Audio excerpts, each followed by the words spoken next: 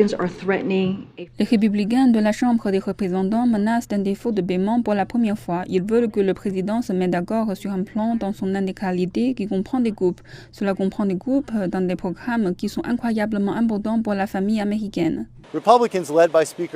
Les républicains menés par le président de la Chambre, Kevin McCarthy, veulent rehausser un peu les coupes budgétaires.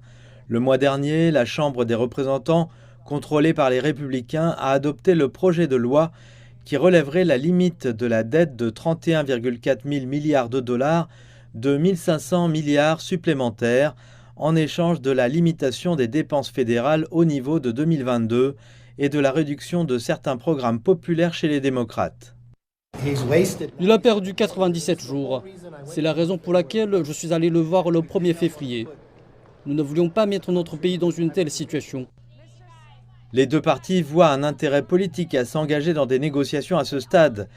Mais plus nous nous rapprochons de l'échéance du 1er juin, date à laquelle le gouvernement américain pourrait se retrouver en défaut de paiement, plus le risque de réaction politique négative est grand si les contribuables américains doivent payer les conséquences d'un défaut de paiement du gouvernement.